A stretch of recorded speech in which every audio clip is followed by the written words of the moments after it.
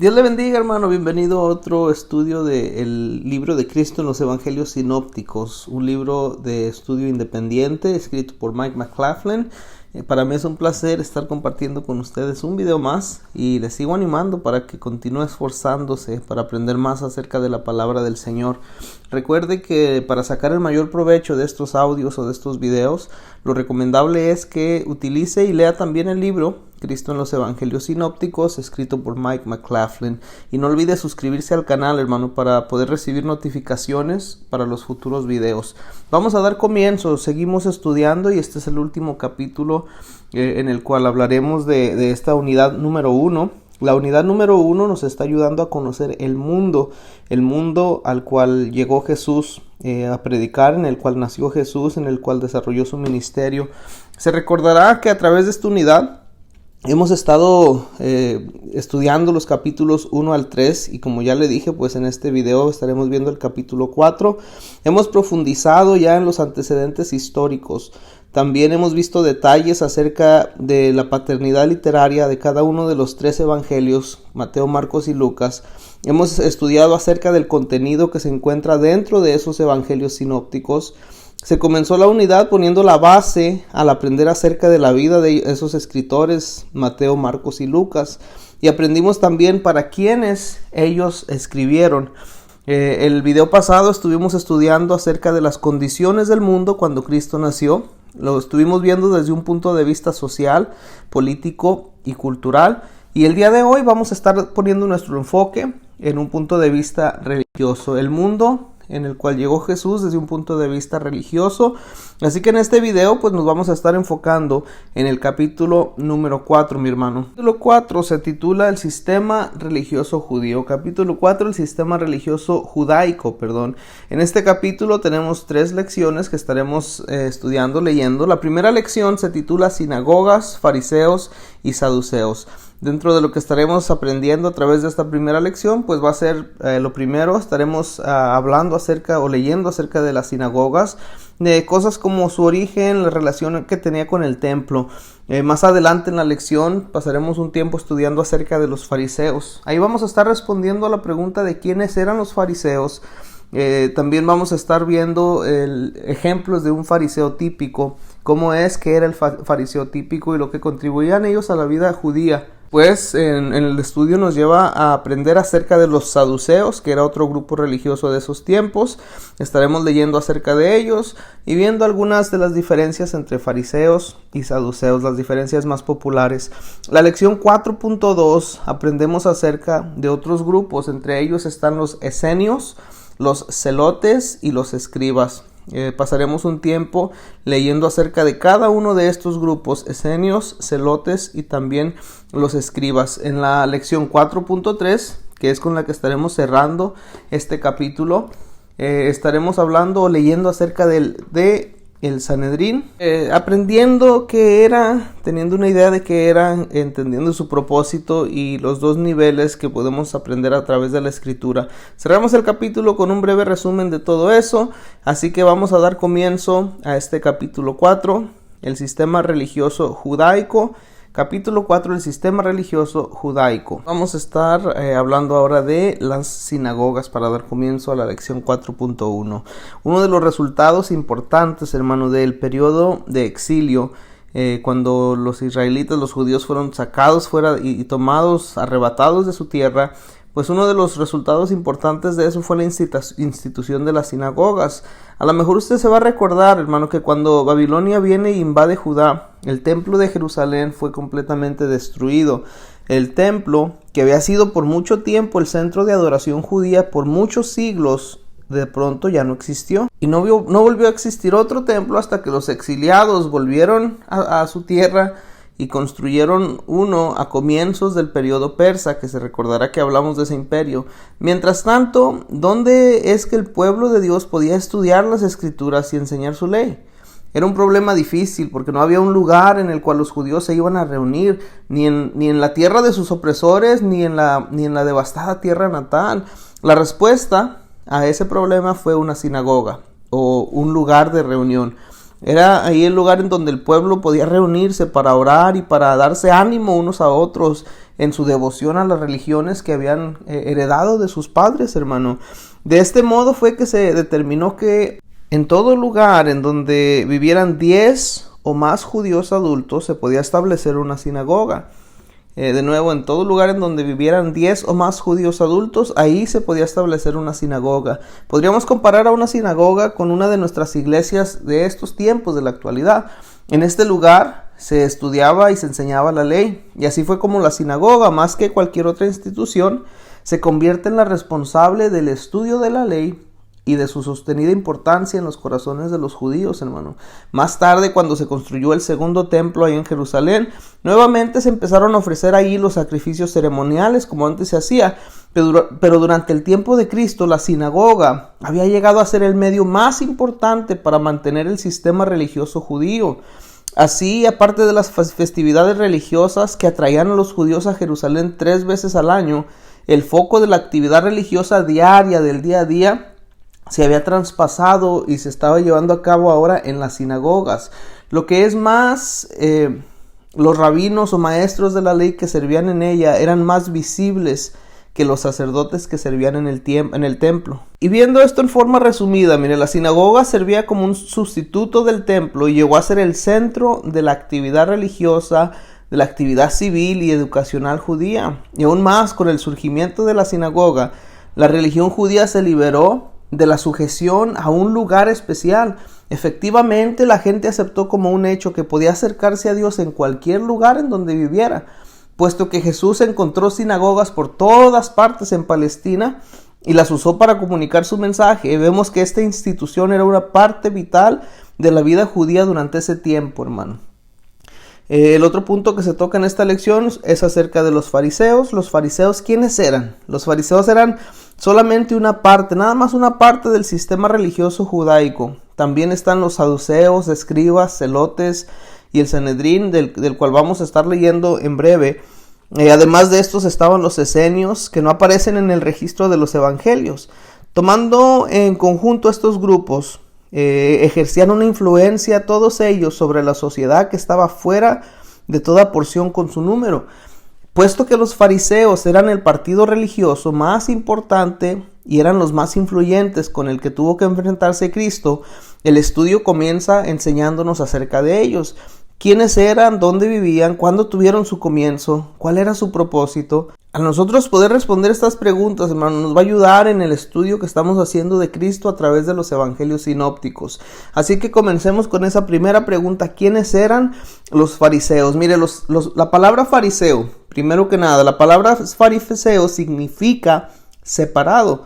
Usted verá lo apropiado que resulta este significado cuando empecemos a estudiar los evangelios.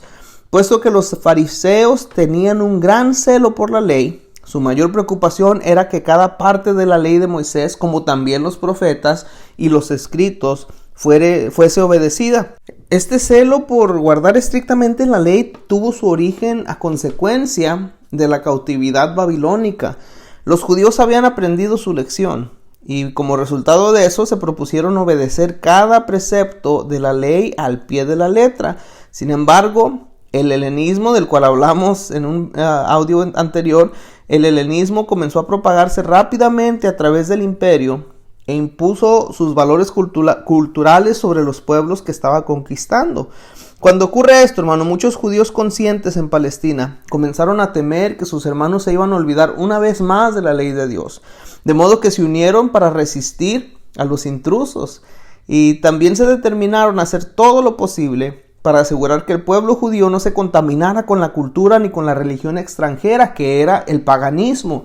Usted se va a recordar que para el pueblo judío la pureza de su religión lo era todo. Así ellos no toleraban nada que se impusiera entre ellos y la ley de Dios, Y puesto que entendemos la importancia de la ley, hermanos, es fácil que nos demos cuenta de por qué se levantó un grupo como el de los fariseos y cómo esto habría de ser algo bueno para ellos.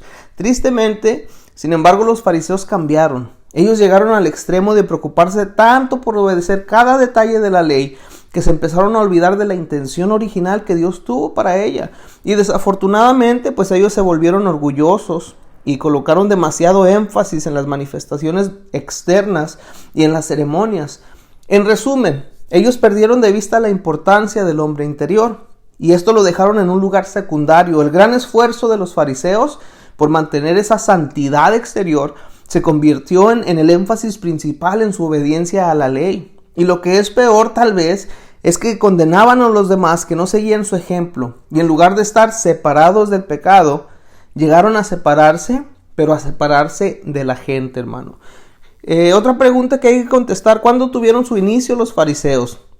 Aun cuando el Antiguo Testamento no menciona a los fariseos, los evangelios los menciona varias veces. Y la razón de esto es muy sencilla. Los fariseos tuvieron su comienzo durante el periodo intertestamentario. Se recordará esos 400 años entre el último profeta y el comienzo del Nuevo Testamento. Ese fue el periodo intertestamentario. Y aun cuando no sabemos con exactitud cuándo comenzaron, el primer registro de ellos data entre el año 134 al año 104 a.C. ¿Cuáles fueron los acontecimientos que condujeron a la aparición y el desarrollo de los fariseos? Mire, a finales del cuarto siglo, cuando el helenismo comenzó a filtrarse en Palestina, una buena cantidad de judíos respondió a su influencia. Y naturalmente los judíos rectos y ortodoxos estaban horrorizados. Ellos sintieron que no podían permitir que el helenismo pagano invadiera su cultura y destruyera su herencia espiritual. De modo que se forma un grupo de ellos conocido como los hasidim o piadosos. Ellos se formaron o se juntaron para batallar en contra de la intrusión del helenismo. La meta de ellos era asegurar que se mantuviera la pureza de la ley de Dios. Y aun cuando no podemos decirlo con certeza, comenta aquí el autor del estudio, es posible que los fariseos, como los conocemos en el Nuevo Testamento, provinieran de ese grupo de hombres. No cabe duda que en un comienzo los miembros de Hasidim eran hombres con buenas intenciones. Si ellos lograban mantenerse unidos y sostener rígidamente la ley, tal vez podrían conseguir que sus hermanos judíos fueran recuperados de sus paganos caminos helénicos. Y en todo caso, el propósito inicial de ellos era claro y sus motivos al comienzo pues eran puros. Si verdaderamente pudiéramos identificar a los hasidim como los precursores o los que vinieron antes de los fariseos, el proceso mediante el cual se convirtieron en los fariseos del tiempo de Cristo no es tan importante. Lo que sí es importante es que con los años ellos cambiaron y el cambio que tuvieron no fue un cambio bueno. Además del cambio de actitud, ocurre otro cambio que habría de tener gran efecto sobre la relación de los fariseos con sus compatriotas judíos.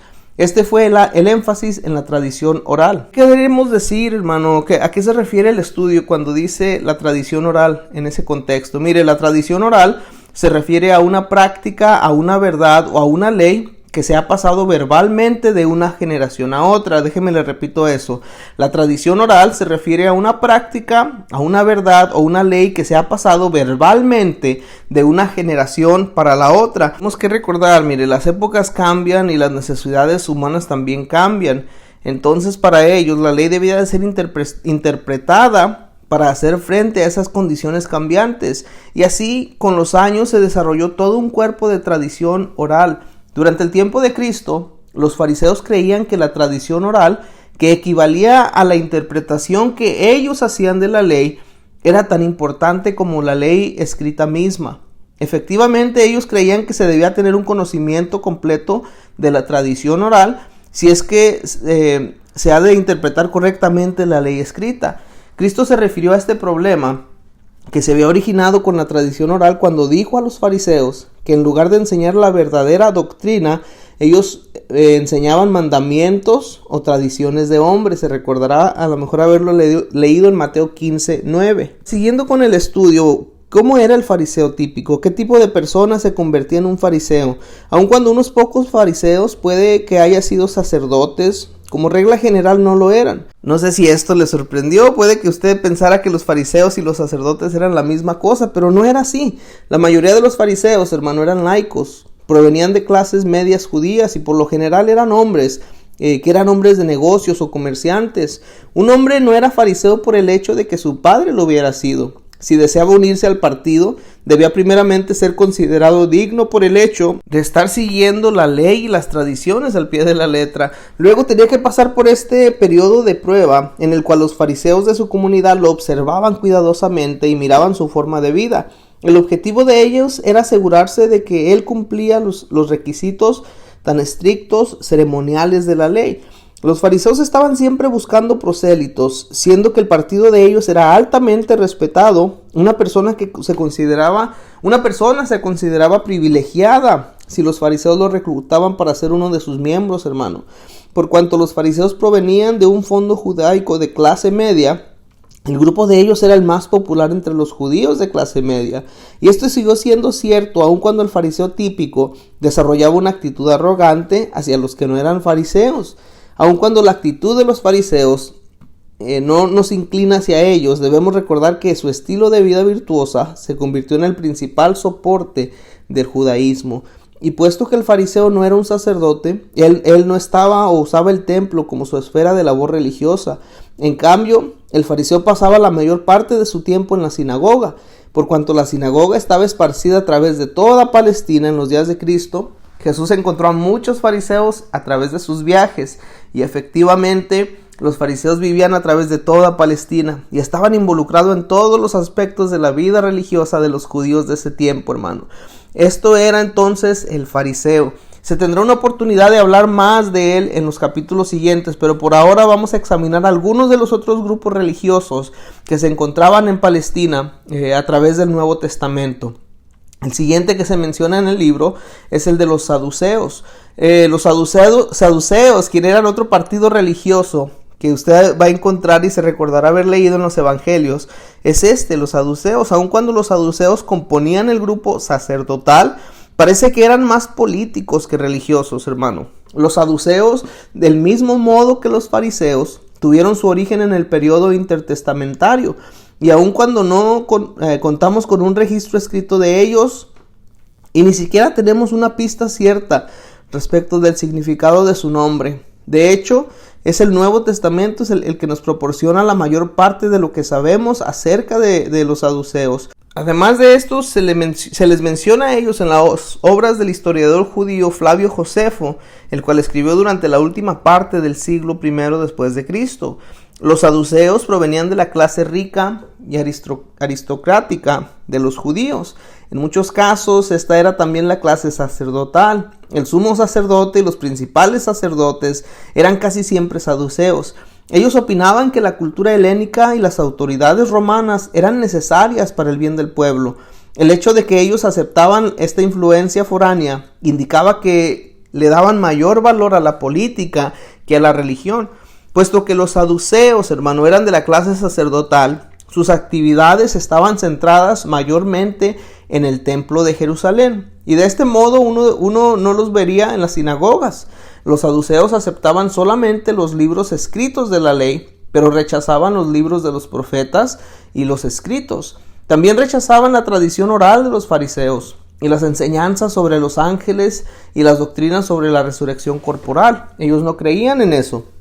Los saduceos y los fariseos constituían los dos partidos religiosos más grandes en el tiempo de Cristo.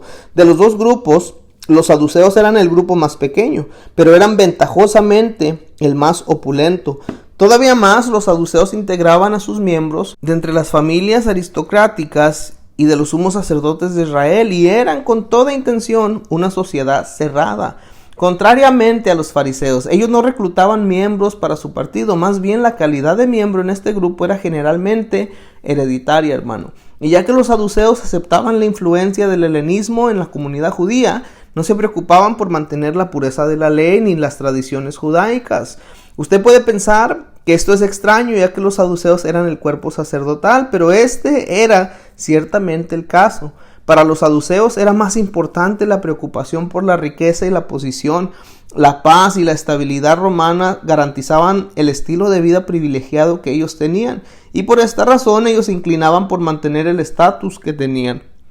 Pues ellos no deseaban ningún cambio de gobierno ni a nadie que pudiera trastornar lo que ellos creían que era un buen arreglo. Y mientras que los fariseos estaban conectados con las sinagogas, Los saduceos permanecían en Jerusalén y se dirigían a las actividades asociadas con el templo. En cuanto a las tradiciones orales, a las que los fariseos daban importancia, los saduceos mostraban poco interés en las ceremonias externas. Resumiendo, había muy poco en lo que los fariseos y los saduceos concordaban. Probablemente usted notará en el registro del Evangelio que Cristo no se refiere a los saduceos como a los fariseos.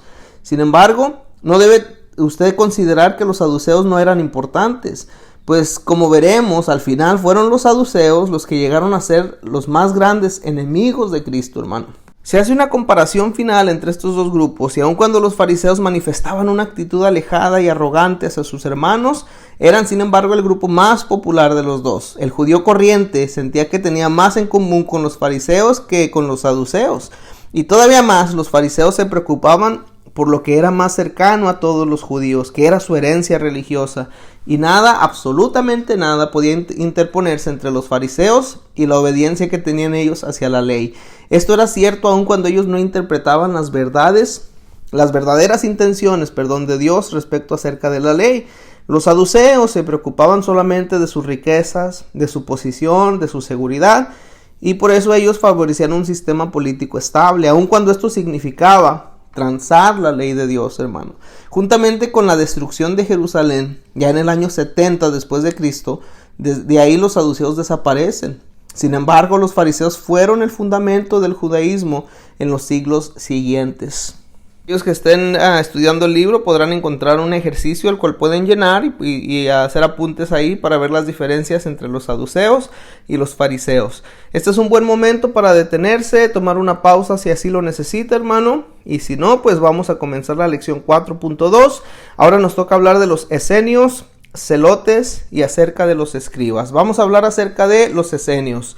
Mientras que, y la manera que lo haremos es comparándolos con los fariseos. Mire, hermano, mientras que los fariseos enfatizaban la religión externa, los saduceos se interesaban más en el poder y en la avaricia. Ellos eran un partido que ofrecía alivio a las influencias corruptas de la sociedad. Y aunque las escrituras no mencionan a los esenios, los rollos del Mar Muerto revelan que en Qumran, a unos 12 kilómetros de Jericó, vivieron los miembros de una hermandad entre los años del 165 a.C. y 68 después de Cristo. Los historiadores como Filón, Plinio y Josefo también hablan de este grupo, y la evidencia sugiere que los miembros de la comunidad del Qumran y los esenios tenían valores casi idénticos y puede que hayan sido parte de la misma fraternidad. Podemos ver brevemente lo que creían los esenios y vamos a compararlos con los fariseos. Mire, los esenios parecen haber abandonado la sociedad. Ellos escogieron más bien vivir en el desierto, en donde podían prepararse para la venida del Mesías. Ellos se consideraban a sí mismos como el pueblo de Dios y consideraban a todos los demás sus enemigos. Esto incluía a los líderes religiosos judíos. Todavía más, los esenios creían que ellos eran los hijos de luz y esperaban con gran expectación la venida futura del Mesías. En cuanto a esto, ellos creían que Dios les iba a dar la victoria sobre los hijos de tinieblas cuando Él irrumpiera en el perverso sistema mundial y restituyera su justo gobierno. Por esto, ellos vivían una vida muy sencilla, haciendo provisión para su alimentación y para sus necesidades en el desierto remoto. Estudiaban las escrituras con diligencia, hermano. Se abstenían del matrimonio, vivían en amor fraternal para con los demás, compartían todo lo que tenían, hacían provisión para los miembros demasiados ancianos o enfermos que no podían trabajar y se restringían de toda actividad comercial o militar. Josefo, el historiador, muestra que los esenios vivían a través de toda Palestina y que solamente los miembros totalmente iniciados vivían en comunidades separadas.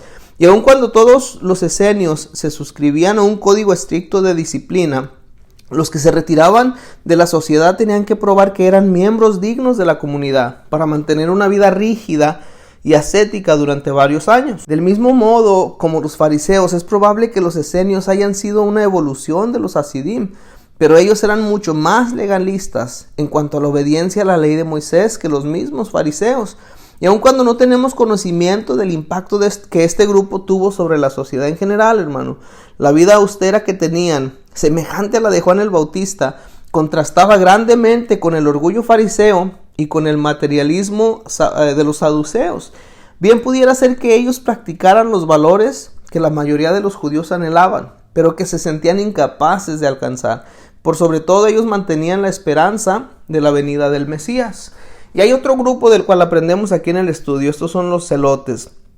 Vamos a hablar acerca de ellos. El último grupo religioso que se discute aquí en el estudio. Mientras que los fariseos y los saduceos se preocupaban ajustarse al gobierno de los romanos, y mientras que los esenios soñaban con la intervención de Dios para librarles de ese gobierno, este grupo, que eran los celotes, buscaban la salvación de manera más activa. Ellos manifestaban un celo todavía mayor para seguir la ley, y un celo más grande que el de los fariseos. Pero infortunadamente su celo estaba dirigido hacia el nacionalismo fanático. Los celotes se mencionan primeramente en los años tempranos del gobierno romano de Palestina.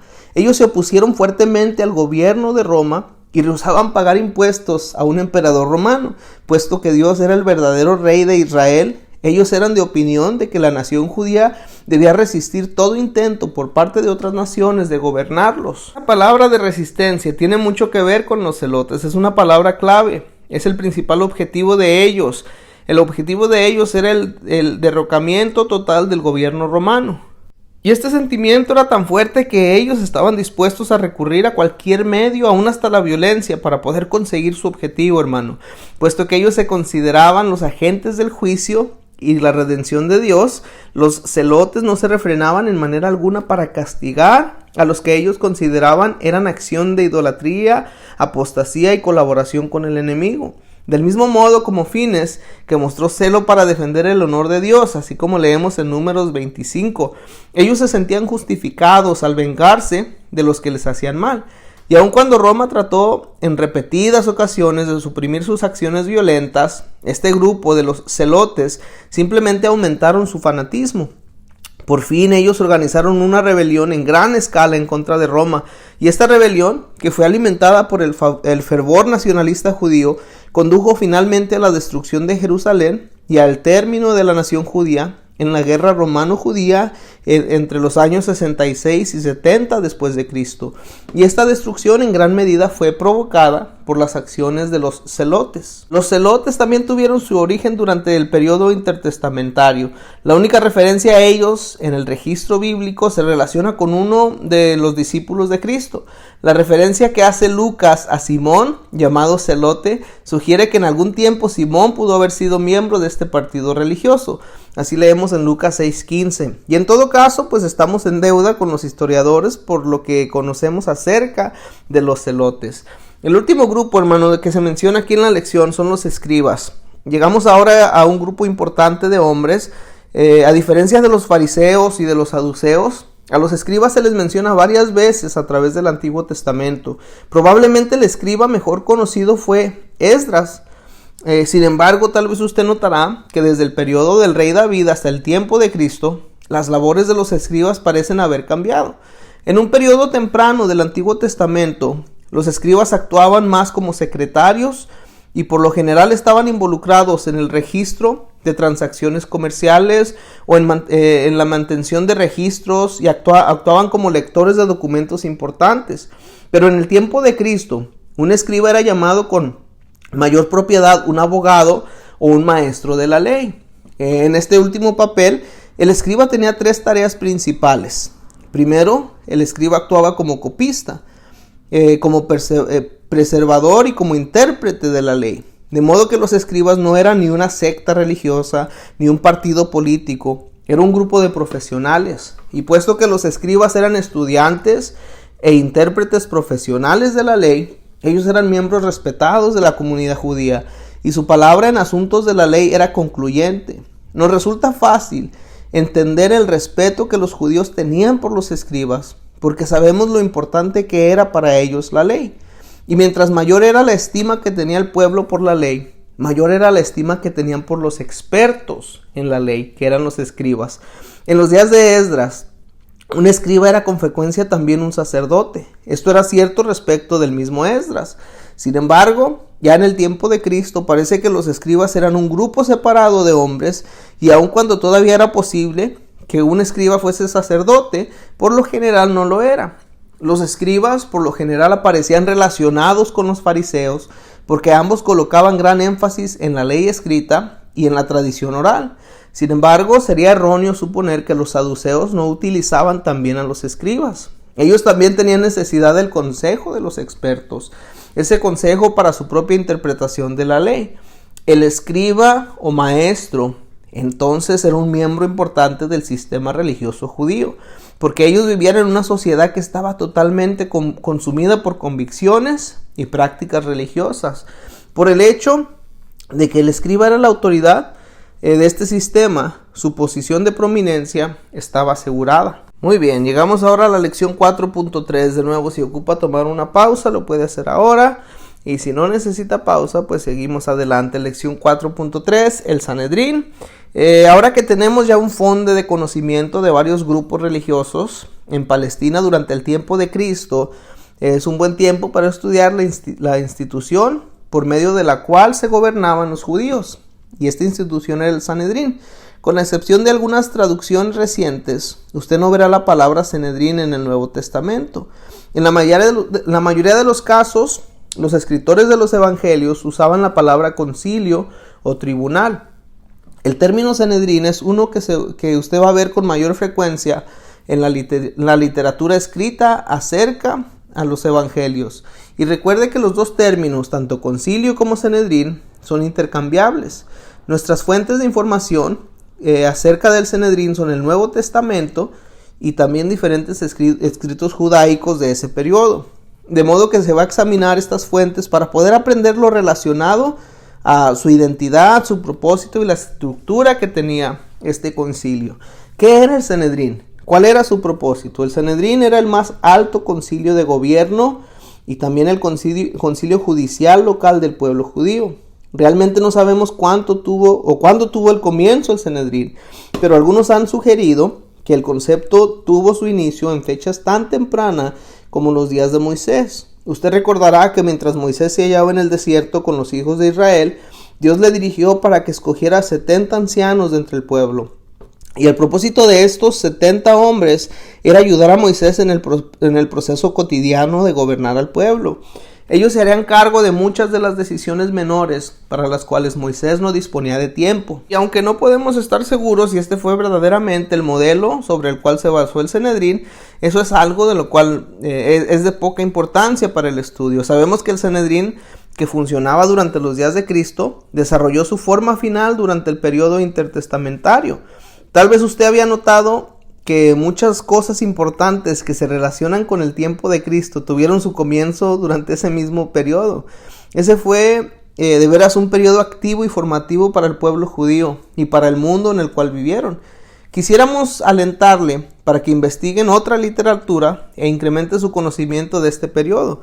Al parecer, el Sanedrín operaba de dos niveles. El primer nivel incluía los concilios más pequeños, que estaban compuestos ya sea de 7 o de 23 miembros, dependiendo del tamaño de la ciudad. Estos concilios más pequeños estaban ligados a las sinagogas existentes a través de toda Palestina. En los pueblos más pequeños el Sanedrín tendría solamente 7 miembros. En cambio, en los pueblos más grandes iba a tener 23 miembros. Esos concilios locales ejercían amplios poderes en asuntos civiles y en asuntos religiosos. Conviene que usted recuerde que los judíos veían poca diferencia entre los dos. El segundo nivel era el Gran Sanedrín o Tribunal Supremo mismo, que se halla ubicado en Jerusalén. Sus actividades estaban centradas alrededor del templo. El Gran Sanedrín era un grupo de 71 hombres, los que provenían mayormente de familias influyentes y que representaban 3 grupos. Representaban a los saduceos, a los fariseos y a los escribas. El Sanedrín incluía una representación de ancianos. Estos hombres provenían usualmente de la clase rica y noble y a la cual pertenecían los saduceos. El sumo sacerdote, que era un saduceo, presidía en calidad de dirigente o presidente del concilio. Y aun cuando es cierto que la autoridad de ese concilio estaba limitada a Judea, su influencia se hacía sentir a través de toda Palestina y en los países vecinos también. Era el cuerpo más poderoso de los judíos en Palestina y es de este del cual pensamos por lo general cuando vimos el término Sanedrín. Este fue también el Sanedrín ante el cual fue llevado Cristo y fue el que lo condenó a muerte. Aun cuando aquí hemos hablado de la sentencia de muerte, entendemos que el Sanedrín bajo el gobierno romano no tenía poder para decretar la sentencia de muerte. El gobierno romano permitía a los judíos gran libertad para manejar sus propios asuntos, y por causa de esto, el Sanedrín tenía gran poder sobre el pueblo judío. Sin embargo, cuando los casos involucraban la pena de muerte, Roma se reservaba ese derecho de hacer y de tomar esa decisión. Aun cuando el Sanedrín podía recomendar la pena de muerte, tenía que contar con la aprobación del gobierno romano de la región.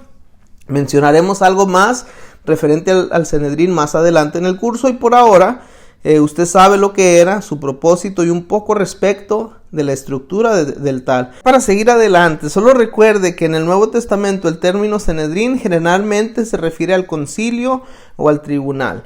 Lo último que encontramos en la lección, hermano, es un resumen de todo el capítulo. Dice de la siguiente manera: obviamente la religión era el centro de la vida judía.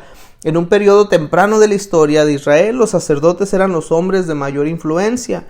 Sin embargo, en el tiempo de Cristo, los fariseos, que eran principalmente laicos, tenían una mayor influencia con el común del pueblo que aún los mismos sacerdotes saduceos.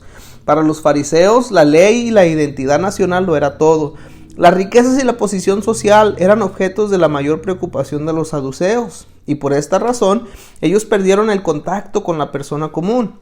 Los sacerdotes, en muchos sentidos, se habían apartado de los propósitos para los cuales Dios los había levantado. Esto fue entonces el mundo al cual entra Cristo. Los fariseos y los escribas habían llegado a estar tan preocupados con los excesivos detalles de la ley ceremonial y de la tradición oral, que hasta ellos estaban perdiendo el contacto con el hombre común. Cuando contemplamos al liderazgo de la nación de Israel, nos sentimos defraudados. Cristo también se sintió defraudado, hermano. Pues aquellos que deberían haber estado buscando los propósitos de Dios, estaban buscando los suyos propios. Como resultado, ellos estaban ciegos, y estaban ciegos al plan y al programa de Dios. Vez tras vez, durante el estudio, vamos a ver que Cristo confrontó cada uno de estos problemas. Y eso nos trae al final de este capítulo 4, hermano. Se titula El sistema religioso judaico, a través del cual estuvimos aprendiendo acerca de las sinagogas, su origen, la relación que tenían con el templo. Hablamos de los grupos religiosos del tiempo de Jesús, que eran los fariseos. Hablábamos de quiénes eran ellos. Hablábamos de cómo era el fariseo común, cuál pudo haber sido el origen de los fariseos. Hablamos también de los saduceos y contrastamos la diferencia entre los saduceos con los fariseos. En la lección 4.2 hablamos acerca de los esenios, los celotes, y también hablamos acerca de los escribas. Y se cerró la lección hablando acerca del Sanedrín. En la lección 4.3 estuvimos hablando acerca del Sanedrín. Espero les haya ayudado. Dios les bendiga.